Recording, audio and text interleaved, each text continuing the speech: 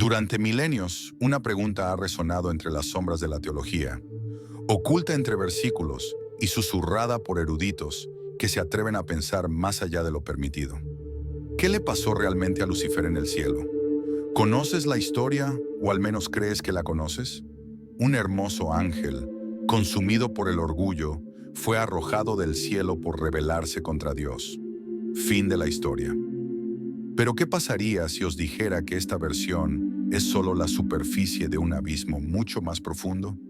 ¿Y si detrás de la caída de Lucifer hay verdades ocultas, distorsionadas por las instituciones religiosas y enterradas por siglos de silencio intencionado? Prepararse. Hoy vamos a descifrar los secretos enterrados en los libros antiguos. Vamos más allá de la Biblia canónica, profundizando en textos prohibidos, tradiciones prohibidas y evidencia histórica que desafía todo lo que te han enseñado sobre el bien, el mal y el cielo mismo. ¿Creó Dios a Lucifer sabiendo que se rebelaría? ¿Por qué permitió la caída y si todo fue parte de un plan que aún está en marcha? Estás a punto de enfrentarte a uno de los mayores misterios de la historia de la humanidad. Un misterio que amenaza con poner patas arriba toda tu comprensión del mundo espiritual. Pero ten cuidado, lo que aquí se revelará puede sacudir tu fe, tu visión de la creación e incluso tu comprensión de Dios. Si estás listo para escuchar lo que nunca se ha dicho desde los púlpitos, lo que nunca sería aceptado en los seminarios teológicos, entonces respira profundamente, porque la verdad comienza ahora, y después de escucharlo, nunca volverás a ser el mismo. Durante siglos, la historia de la caída de Lucifer se ha contado en términos simplificados, a menudo envuelta en misterio o relegada a interpretaciones tradicionales que evitan preguntas más profundas. Sin embargo, detrás de esta narración simbólica y aparentemente clara, hay un enigma mucho mayor, cargado de implicaciones cósmicas, espirituales e incluso filosóficas. ¿Qué le pasó realmente a Lucifer en el cielo? ¿Fue simplemente un ángel rebelde consumido por el orgullo? ¿O habría una trama mucho más compleja oculta deliberadamente al público religioso en general? Escrituras canónicas como Isaías 14 y Ezequiel 28 proporcionan fragmentos de esta historia. Pero lo que pocos se atreven a admitir es que estos textos, a lo largo del tiempo, han sido interpretados de maneras que favorecen una narrativa manejable y menos escandalosa. En Isaías 14, leemos acerca de la estrella de la mañana que cayó del cielo, alguien que dijo en su corazón que ascendería por encima de las estrellas de Dios.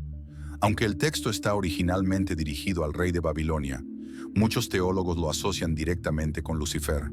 ¿Pero por qué esta asociación? ¿La Biblia habla realmente de un ser angelical o está revelando algo mucho más oscuro detrás de las estructuras políticas y espirituales de aquella época?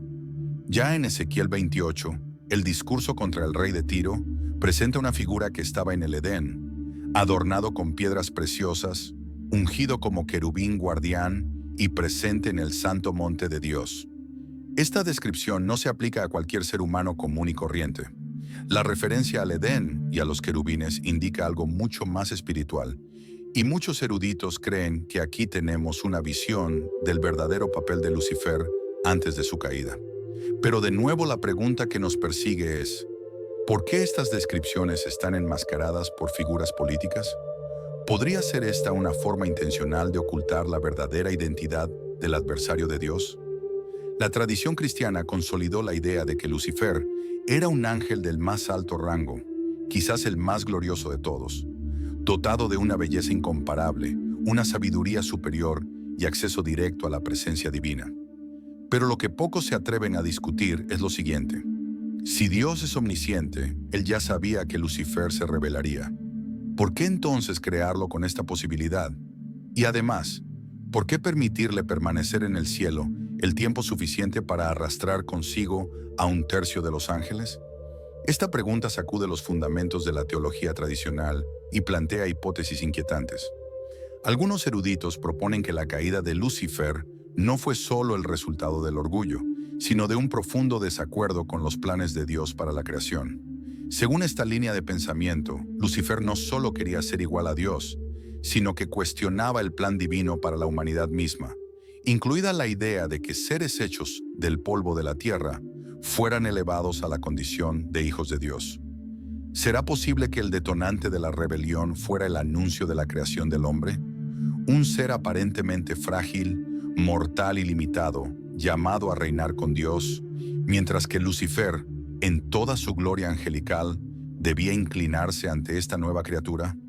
Esta inversión jerárquica puede haber sido inaceptable para él.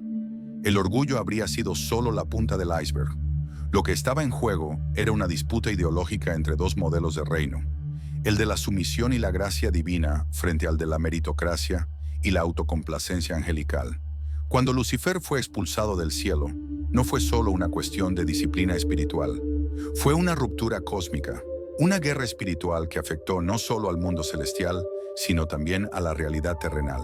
El mismo Jesús, hablando a sus discípulos, dijo: «Vi a Satanás caer del cielo como un rayo». Esta no es una metáfora teológica, es una descripción ocular de un acontecimiento de proporciones universales. El cielo tembló, la estructura angelical fue sacudida, y el universo nunca volvería a ser el mismo. Pero la historia no termina ahí. Muchos ignoran que la caída de los ángeles también tuvo ramificaciones prácticas. Varios textos extrabíblicos, como el libro de Enoc, informan que algunos de los ángeles caídos no solo siguieron a Lucifer en su revuelta, sino que descendieron a la tierra, corrompieron a la humanidad y generaron un linaje híbrido. Los Nefilim. Esta historia, a menudo rechazada por los teólogos tradicionales, fue ampliamente aceptada por los judíos y los primeros cristianos. La eliminación del libro de Enoc del canon bíblico puede haber sido motivada más por intereses eclesiásticos que por criterios espirituales. Según este libro, los vigilantes, un grupo específico de ángeles, descendieron al monte Hermón e hicieron un pacto para unirse con las hijas de los hombres. De esta unión nacieron gigantes poderosos y violentos que llenaron la tierra de corrupción. Esta narración, ignorada por la mayoría de las iglesias modernas, podría explicar las razones detrás del diluvio del Génesis. Dios no solo estaba juzgando la maldad humana, sino purificando al mundo de una contaminación genética y espiritual que amenazaba el plan de redención. ¿Qué sabían los antiguos acerca de los vigilantes, los ángeles caídos y la rebelión celestial? ¿Por qué estos textos estuvieron ocultos al público durante siglos? ¿Estamos ante una versión censurada de la historia espiritual de la humanidad? Lo cierto es que muchos de los secretos de la caída de Lucifer permanecen enterrados no por falta de pruebas, sino por falta de coraje para enfrentarlos. Y tal vez detrás de esta omisión se esconde un temor silencioso, que al saber demasiado, el creyente común podría empezar a cuestionar no solo al enemigo, sino al mismo sistema que dio forma a la teología predominante. Esta narración nos obliga a mirar más allá de las doctrinas cómodas y a adentrarnos en terreno inestable, donde el bien y el mal no son solo categorías morales, sino fuerzas conscientes en guerra. Lucifer no cayó solo por orgullo. Lideró una revolución espiritual contra la estructura divina, y esta revolución continúa hasta el día de hoy, influyendo en ideologías, religiones, culturas y sistemas enteros. Hay incluso quienes dicen que muchos sistemas políticos y económicos modernos operan bajo principios que se remontan a la filosofía luciferina, no necesariamente de culto abierto al adversario, sino de exaltación del ego, de ambición desenfrenada, de autonomía absoluta del hombre en detrimento de la obediencia a Dios. Si esto es verdad, entonces la caída de Lucifer no fue solo un episodio distante, sino un plan en curso, meticulosamente ejecutado durante milenios. Los teóricos contemporáneos incluso afirman que la figura de Lucifer puede haber sido reinterpretada por diferentes culturas a lo largo de la historia. En las tradiciones gnósticas, por ejemplo, se le considera el portador del conocimiento, el liberador de la ignorancia impuesta por un dios tiránico. Esta visión subvierte completamente la narrativa bíblica tradicional y nos obliga a preguntarnos: ¿quiénes son realmente los villanos y los héroes de esta historia? Y más, ¿es posible que la figura de Lucifer haya influido en otras entidades mitológicas? El Prometeo de la mitología griega, el que robó el fuego a los dioses para dárselo a los hombres, guarda una inquietante similitud simbólica con el papel atribuido a Lucifer. ¿Qué pasaría si en lugar de historias aisladas nos encontráramos ante la misma entidad reinterpretada por diferentes culturas? ¿Una fuerza arquetípica de rebelión, conocimiento y desafío al poder supremo? Tampoco se pueden ignorar las conexiones con otras figuras bíblicas. A Judas Iscariote, por ejemplo, se le suele describir como poseído por Satanás en el momento de traicionar a Jesús. ¿Podría esta influencia ser un reflejo del mismo espíritu de rebelión que operó en la caída original?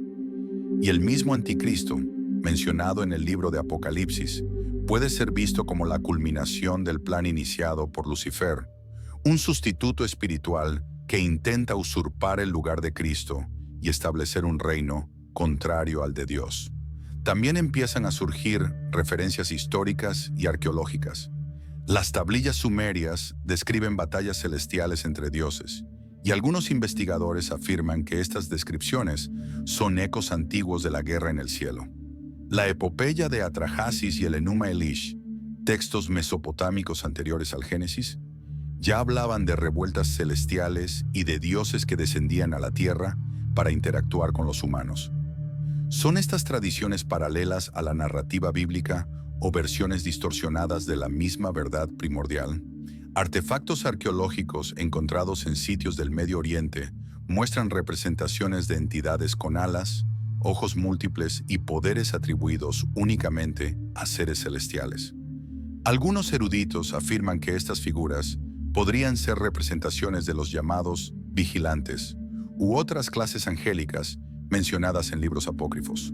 Además, los sumerios hablaban de los Anunnaki, dioses que vinieron del cielo a la tierra, un término que, para algunos, se alinea con el concepto de ángeles caídos descrito en la tradición hebrea. Entonces, cuando preguntamos qué le sucedió realmente a Lucifer en el cielo, no solo estamos explorando un evento del pasado, estamos desenterrando una verdad que aún late, una realidad espiritual que continúa dando forma al destino de la humanidad.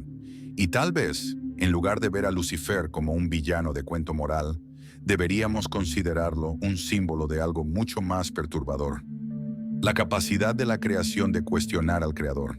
Esa es la verdadera caída, no solo del cielo al abismo, pero del orden al caos, del culto a la rebelión, de la luz a la oscuridad y de la comprensión al silencio, un silencio que muchos prefieren mantener. Pero en este vídeo nos atrevemos a romperlo.